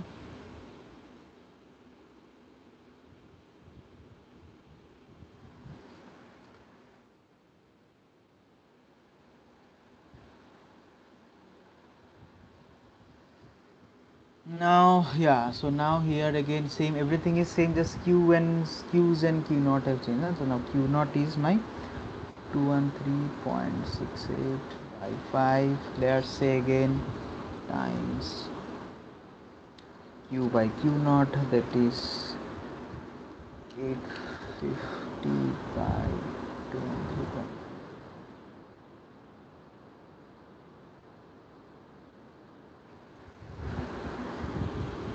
This much I am getting.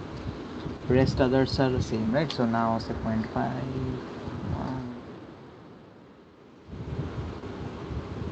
z by b will change by z by 2, right? Now for all this we need j's, so same from this graph again we need to find out j and I. So I've already calculated it. I will just copy it from here. J,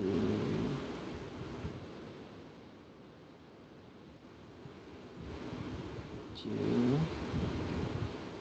I.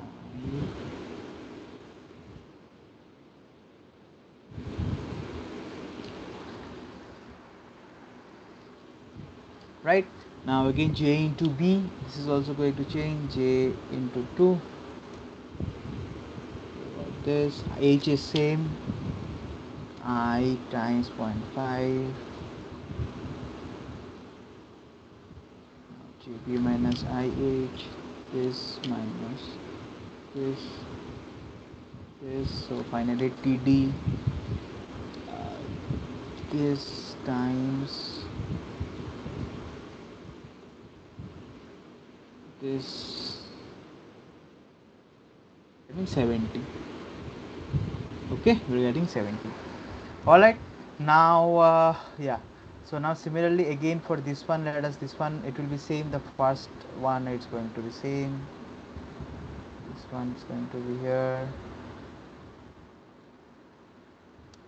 z is also going to be same, so I'll just copy the z from here again. Okay, now z by b is going to change, right? So z by 2. Similarly m's are going to change, again from here you have to find out the m is going to change. So what I am going to do, directly I am going to copy your m's from here, which I already have found out before. Like these are approximate values, just very rapidly I had done that.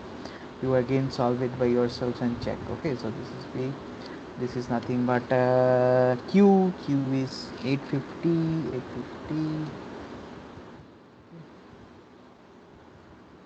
Now we'll do m, b is 2, and then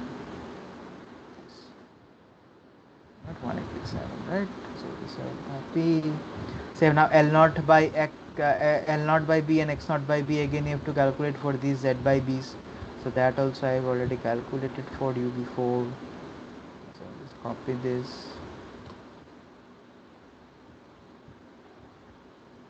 Okay, again from this graph we need to calculate. Not this, not this one. This one we need to calculate. Okay. So L naught is what? Now this times b is 2.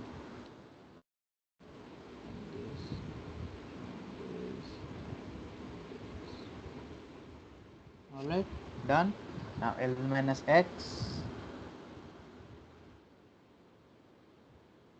So you got z plus d.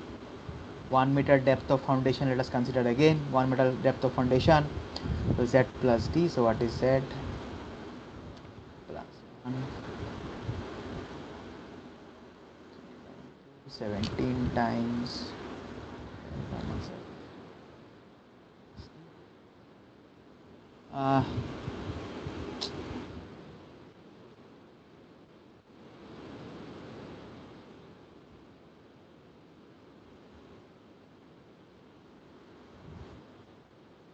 this much you will get.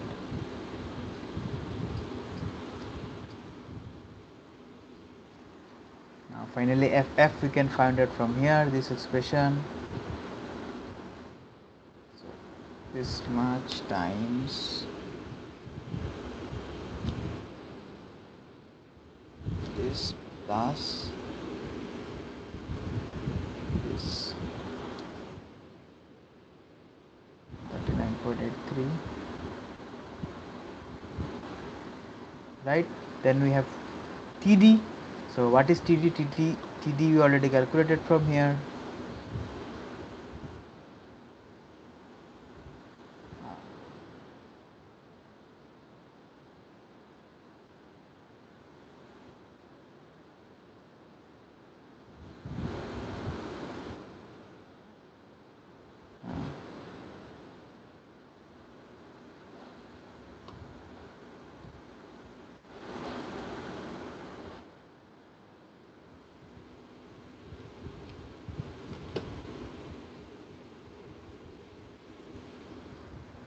LFSF is this by this. So obviously you are seeing here, you can see here that this is actually not correct, right? This is less than 2.5, so we need to readjust. Okay, we need to do some manipulation, we need to readjust everything. Okay, we need to redesign and check. All right, because this is not sufficient, so I will just copy and paste this for you so that you can have a future reference there later. Embed it here. Next one, this one also I will copy.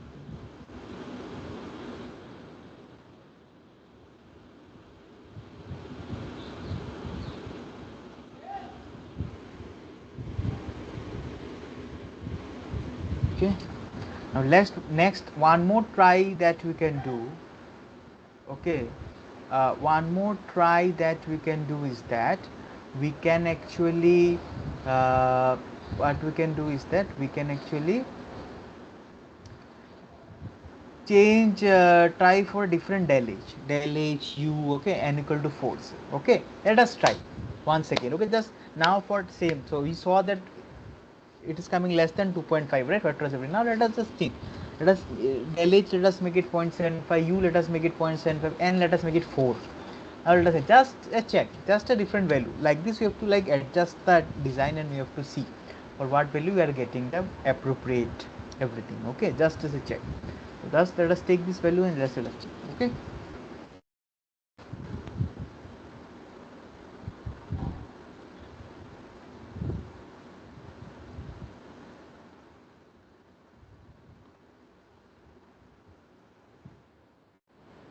Let us check. Okay, so uh, mm, this what to say, n we varied now, right? So n we varied, so this one will change. So let me just copy the formula from here. Think you can paste or not. uh, Formula you can paste, right? So here instead of 5 I have 4. Okay, instead of 5 I have 4, that's all. Z is going Z also. Z, did I change the Z? I made change the Z. Z is now 0.75, right? So 0.75, then 1.5, like that I made, right? Just check. We were trying. Okay, just trying. Different. There's some different values. Then 2.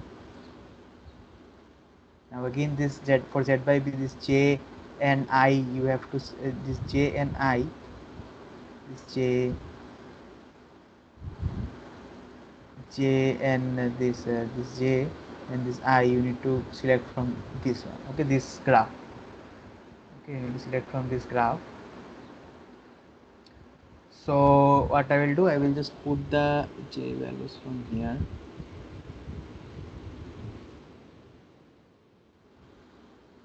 So I had already done before for you, so let me just do it a little bit faster.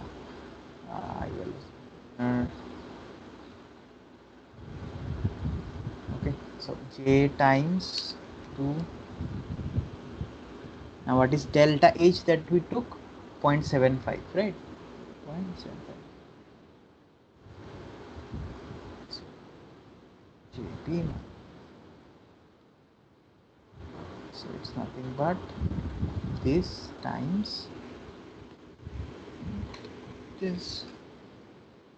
So this is what we are getting now. Okay, this is what we are getting now.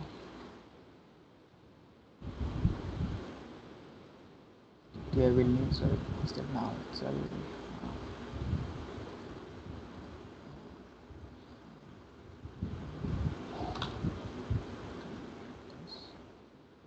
now this one is same, this one is going to be the same form from what we did previously. This is going to be the same.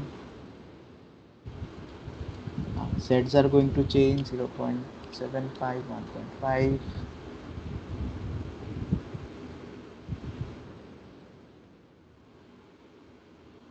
Z by B is going to change, right?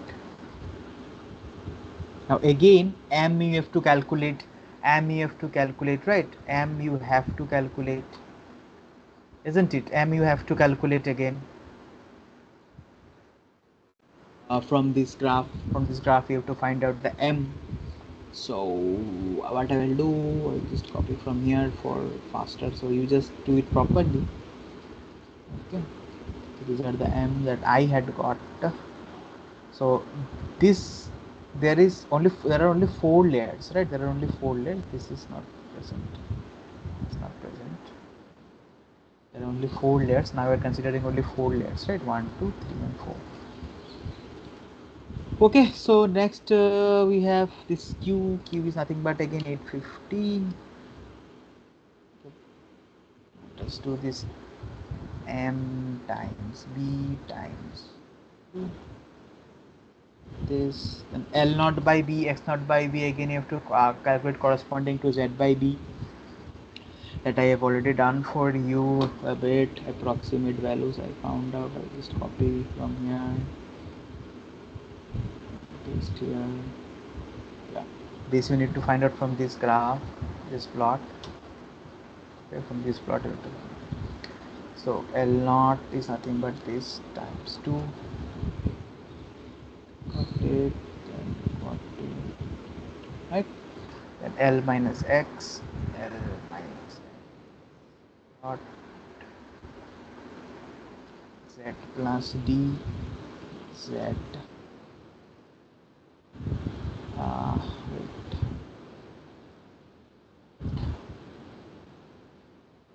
Is the depth of the foundation. Again gamma times.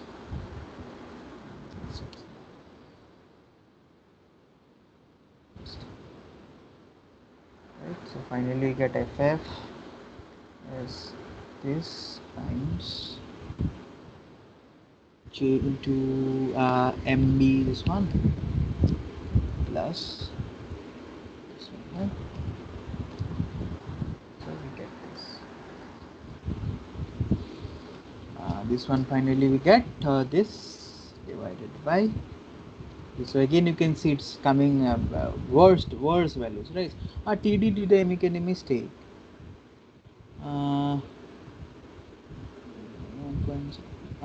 Here I made no, not into 1, no, this is plus 1.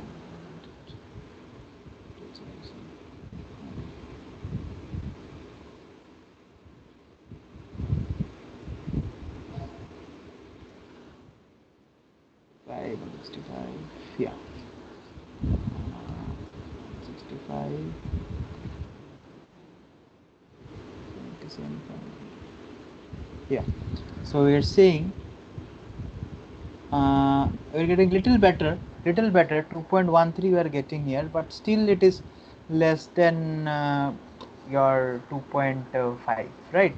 Still it is little bit more adjustment you have to do to get the final result. Okay, final result. So I'll just copy this again for you. So like this you have to do, actually you have to do, then you have to adjust, readjust, and then you can see you have to find out for what values you are actually getting your proper answer. Okay, in this way you have to actually complete the problem. Okay, I will just paste it and write it here. That also I will embed. I'm just copying these things in the Excel, sorry, in the PowerPoint, so that I can you can have a look at it later, because I upload the PDFs, right? So later you can have a look at it.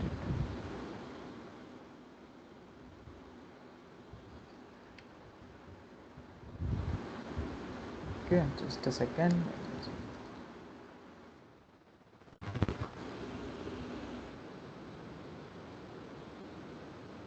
Yeah.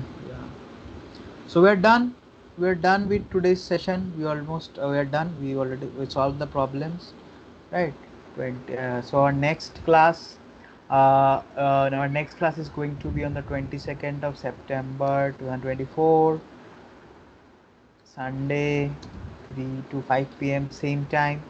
Okay, so I hope that today whatever problems we actually solved, okay, today whatever problems we actually solved, those problems were actually helpful and beneficial All right, I hope that those were actually uh, beneficial to you, and you understood the concept. The main thing is that you need to understand all the concept. All the concepts should be very clear.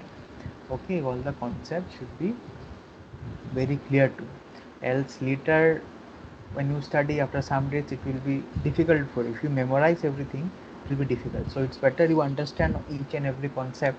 That way it's actually easier on your head for later when you recall the things. It's it's much easier. Okay, it's much easier. So this was all for today's, this was all for today's session. And our next class will be next week. Obviously today is 15th, so next Sunday, that is on the 22nd, right? The 22nd of September. 22nd of September, next Sunday we are going to have the next class. 22nd of September, same time, 3 to 5 p.m. All right, so that will be the ninth. Okay, ninth. So slowly we are nearing the end. Okay, slowly we are nearing towards the end of the course. All right, just hardly ninth and maximum more, then we'll have so 4 5 more lectures. Weeks are left, just a month, 1 month we are left with that. So 2/3 we have already covered, just 1/3 portion we are left, so that we will do in the next 1 month, and then we will be done with the course. All right, so hope so please stay well and stay good and healthy. And if you have any doubt, please feel free to contact me anytime. I will be at your disposal. Just don't comment on YouTube and stuff. Just write to me if you have any serious doubts. You have my email ID. Please write an email to me. All right, that is a better mode of communication. I had also shared my WhatsApp number. You can also WhatsApp me. All right, so thank you so much for attending, and hope you had a nice session. If you enjoyed the session, if you enjoyed the problems, and see you in the next class. Okay, so thank you, and with this we are going to end today's session. Okay, so thank you.